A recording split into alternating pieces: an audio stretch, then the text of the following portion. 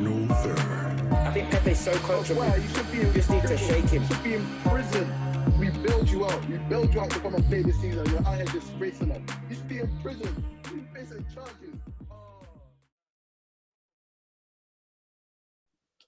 Boy, listeners, fandom, mandem, subscribers, welcome to game week 21 of the final third. It's your host, it's your boy Lavish. Just call him whatever you want to call him. And we've got Banks in the cut as well. Whatever you want to call him. No drills today, but No yes, people, we're here on the come down of, United coming to the carpet. That beautiful, that wonderful, end-to-end, 0-0. Banks, did it live up to its hype? Be honest. Be honest. From when Arsenal fans were telling me 3-0, 4-0, I want goals in this game, and then we had to sit through that, you knew it didn't live up to that. Can't get them 90 minutes back. Can't get back. Every time they do it to us. You build the game up, you think maybe we got one here. Let's just I don't even want to go to the ins and outs of a 0-0, but let's just straight focus on the result. So who's going to be more disappointed with this result? Hey, man. I think Arsenal fans will be pretty disappointed with this, but 100%. United, as United fans right now, like you want to see your team go for the title, and this Arsenal team you don't want to step to. I think this is a wake up. It's not as bad as the Sheffield United one, but it's bad. I think this is a wake up call and a humbling for you lot, because you had a fully fit, strongest team ever, and you a lot were running, opening your mouths talking about title runs. You should have gone for this. It was there for the taking. Arsenal fans are more so angry because we're favourites, but when the team sheet come out, it's just like, what? See no Saka, didn't see no Tierney, no Aubameyang. It wasn't a good Arsenal team, fam. It weren't a good Arsenal team at all. And if you want to win the Premier League, go and flip your win that match. Stop being so scared, fam. Take advantage. You take advantage. Go and win that match. It's awesome. Weak team. What can I say? Who's your man in the match, personally? It wasn't Partey. I didn't say who wasn't your man in the match. I said who was your man in the match. Like, just some of my thoughts. Who was the man of the match? Maybe Shaw. It was good. Pepe tested him a couple of times though. And Wan-Bissaka as well, lockdown. But who would you give as man of the match? No who would one, you give as? Maybe who? What? You gotta pick someone. You gave it to David Luiz. I'm not mad at that. But it was flat. The midfield was boring. Like Roger had good spells. From when I'm saying fullbacks are the man of the match. The match was a very forgettable match. It's a very, very forgettable match. And I think we should just do it its justice. And we should forget it. Cool. Chelsea versus Brighton. 2-0. Thomas Tuchel. Were you impressed about this match? Like, were you happy with what you saw? I just saw Hudson-Odoi being free, attacking on the right wing, which is even harder to do as a right forward, but going both ways, being direct. I was happy for him. He had the performance of the match. For me with Chelsea, what I saw of the match, because I was in and out, has things to do. I'm happy for Chelsea fans to be able to get a dub, to be able to find their footing back. Because I've had Chelsea fans text me today like, "Oh, you're not talking about Chelsea again. Look at Hudson-Odoi." Listen, what is your star boy? Your kid hasn't even been in the realm of the conversation. Haven't been in conversations for 2 seasons. So I'm happy you finally found your footing home against Burnley. But this isn't a match I'm going to use to test you. This isn't a match I'm going to say I was impressed with what I saw. This is just a match against Burnley. I'm sorry. Yeah. Anything else you really have to say about that match? So forgettable. Yeah. It's not been a great weekend so far. Yeah. Apart from one little result. Put a smile on my face. Yeah, we're gonna save that to the end. We're gonna save that to the end. So they said Liverpool. Let's go to Liverpool West Ham. Yeah, Liverpool beat Spurs. Same result that they beat West Ham with. Yeah, but the question really, were they going to use this to kick on? Like, did they just need to break the chain, just start scoring again, and it happens again? Do you think that was the case with this match? good question from Salah. Salah, the fact that he was able to see the net rip with a couple strikes today just to get that little duck off his back. He hasn't scored in a couple matches. And the pressure was on him. He responded with 2 goals. And you know with Salah, once he gets 2, the next match he could easily get 2 and he could go on a run.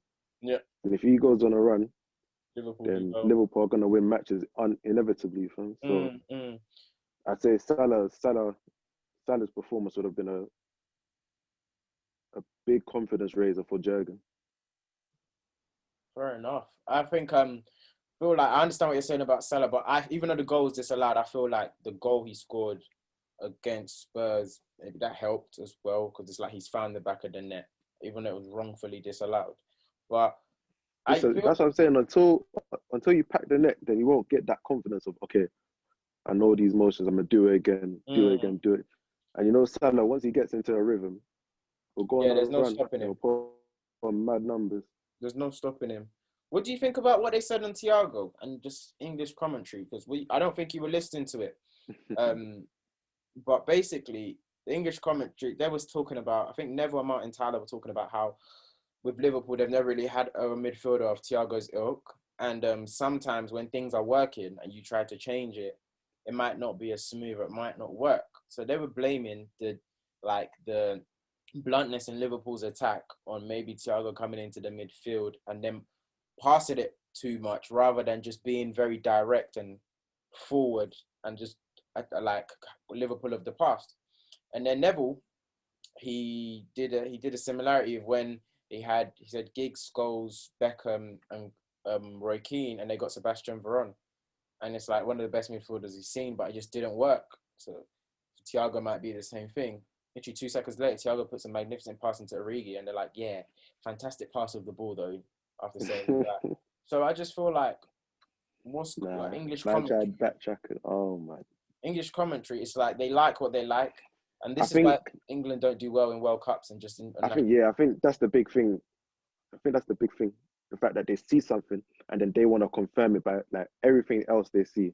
They want it to confirm what they originally thought instead of changing their mind and seeing things differently. That's the problem. So now they've pegged Thiago as this guy that's slowing down the midfield with too many passes. These just want to run. You see him put through a magnificent pass, and all of a sudden that all goes out the window. Because for me, they literally was like, 2 seconds before, they were talking about how Milner's was fantastic, a workhorse, proper manager's dream. And I'm just thinking... I think... Are you not deep in Thiago's in your midfield? Does it not make sense to play a couple more passes when you know you got someone like that on the ball? Instead, you just want them to run. Come on, man. The psychology behind English commentary and just English football is why they will they have no... national teams are not scared of them, and why they can't be successful on national stages, just because everybody, when it gets to the stage, if everybody's working hard, what sets you apart? Do you understand?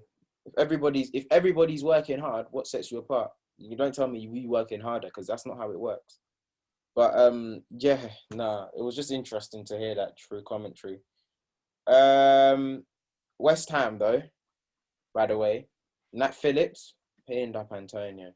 And Antonio's coming back from the injury, but had him all game, man. Antonio's come back from injury, but they scored 2 goals the other day. So he scored 2 goals the other day. So we're not going to talk about Antonio coming back from injury. Do you get what I'm saying? So you can't be getting pinned up by Nat. Phillips had him up. You can't be getting pinned up by Nat Phillips. It's a bit... he had him up still. Boy, can we quickly... I know we're running through the matches, but it's just because a lot of them were not as thrilling. So I just want to touch on as many as we can. Leeds, away win at Leicester. Why are Leicester so bad at home, man? And just that's 1. And 2, are Leicester ready to compete after just slipping again with another chance? Are they ready to compete for the top 4, like properly? Because every time they get the chance, and we say this all the time. That's why I say we need to stop taking teams on their potential and what they're actually giving you right now. Like Leicester have shown us that they're gonna kind of fall away when it gets tough. They've shown us that already. So to see them kind of like give up these sort of games, it doesn't really surprise me. It doesn't really surprise me Because Leeds at home, Leeds at home, it should be a competitive game. You shouldn't be losing it. I'm sorry. Like Leeds are gonna run. You know that, but at the same time, you've got your own players in the sense of Maddison. Obviously, Vardy's not there, but you've got to be able to craft a way through the Leeds team. You lost 3-1. That's a team that if they win this game, they're right up against the league leaders. They keep the pressure on. They don't want it like that. They don't want it. It's calm. It's a young team. They're not good enough right now to be in that position. But they don't want it, man. They really don't want it. And with Leicester, it's like they've got like a fantastic first 11 on paper, but outside that, you're looking at it like, and they can replace obviously some players. They can replace obviously their wingers, but there's nothing that gives you. There's no fear factor in Leicester. If they beat you, it's just like, okay, it's a well-drilled team. They played well. But for me, the fear factor is literally Maddison, Vardy, and then Tillman's come into his own recently. Like he's fun, but if it hasn't been Maddison, obviously Barnes has played his part recently as well. Good goal today, but the fear factor isn't as potent at all. There's no fear factor in Leicester, and not as potent. Let's get onto what everyone's waiting for. Break him then. Break him. Man just came with his head. Let's get into what everyone wants to talk about. A Mourinho L, man. What can I say? And the sad part about this 1-0, for those of us that sat through the match, they were lucky to get away with 1-0 because Brighton are so wasteful. We've said it before. To be an attacker in this Tottenham team, the fact that they had to wait for 70 minutes before they could finally say, let's have a go. They had to wait that long before they said, okay, let's have a go at this. Apart from that, they were just running. They could have put together no moves. Like, to play in this team must be disheartening, fam. It must be disheartening. Because you know you're a tech man. If I go somewhere else, maybe I can play. It's scary because Son and these man, Son and Kane are they're nice guys. If they had more killer instincts in them, they would leave. They would honestly leave. You can't be playing like this. You can't play like this, and you can't be an attacker, a world-class attacker, enjoy playing like this. You're literally feeding on whatever you're given. You're feeding on the scraps, and you have to convert and be very efficient. And then for long parts of the game, can you hear me? Sorry. For long parts of the game, you're literally not seeing the ball. And when you do see the ball, no one's around you to play with. So literally got 5 men around you. It's tiring. Like in the peak of your career, that's the type of football you want to be playing. Come on, man. Kane, if you're serious, you're out of there this summer. I can't lie. Spurs fans and the mainstream media were telling us December's Premier League winners. Spurs are, they've done it all. Like whatever they're in with. They're telling us this is fantastic. This is a masterclass. They're giving Højbjerg the keys. I'm sorry.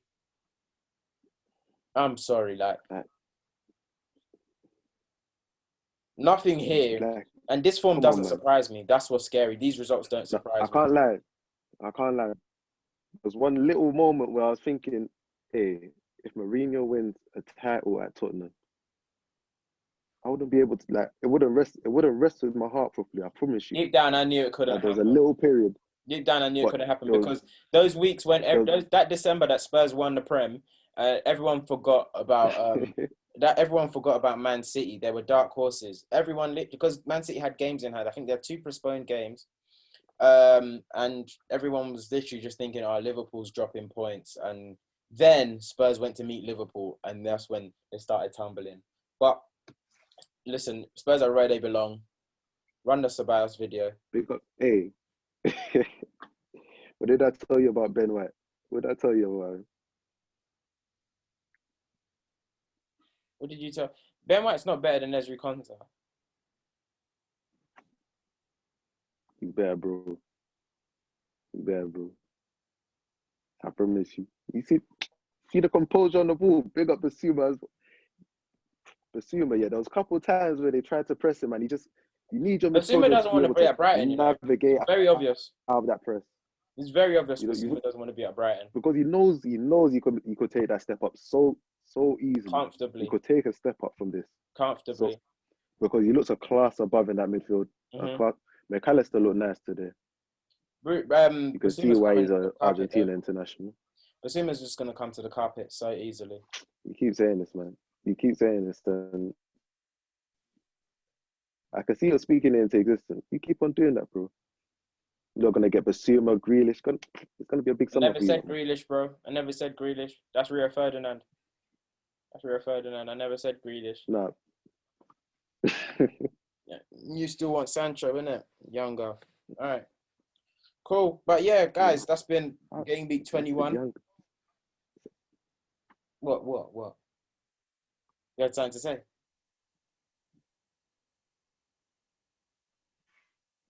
No, you know it cut out, fam. Guys, that's been game week 21. Hope you like, subscribe. Hope you've enjoyed it so far. We had to run through the games quickly. Some of you got shout-outs. Some of the lower teams got shout-outs who usually don't get shout-outs. So big up Leeds. Big up Brighton. Finally got a home win. Yeah, finally. Big up, man. Big up Graham Potter. Fantastic manager. All right, cool. Max, do you have anything to say? Hey. It's been real, man. Everyone stay blessed. Clap for the NHS.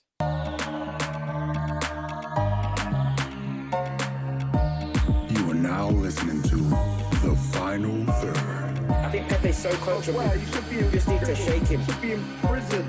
We build you out. We build you out to come and play this season. You're out here disgracing us. You should be in prison. You facing charges.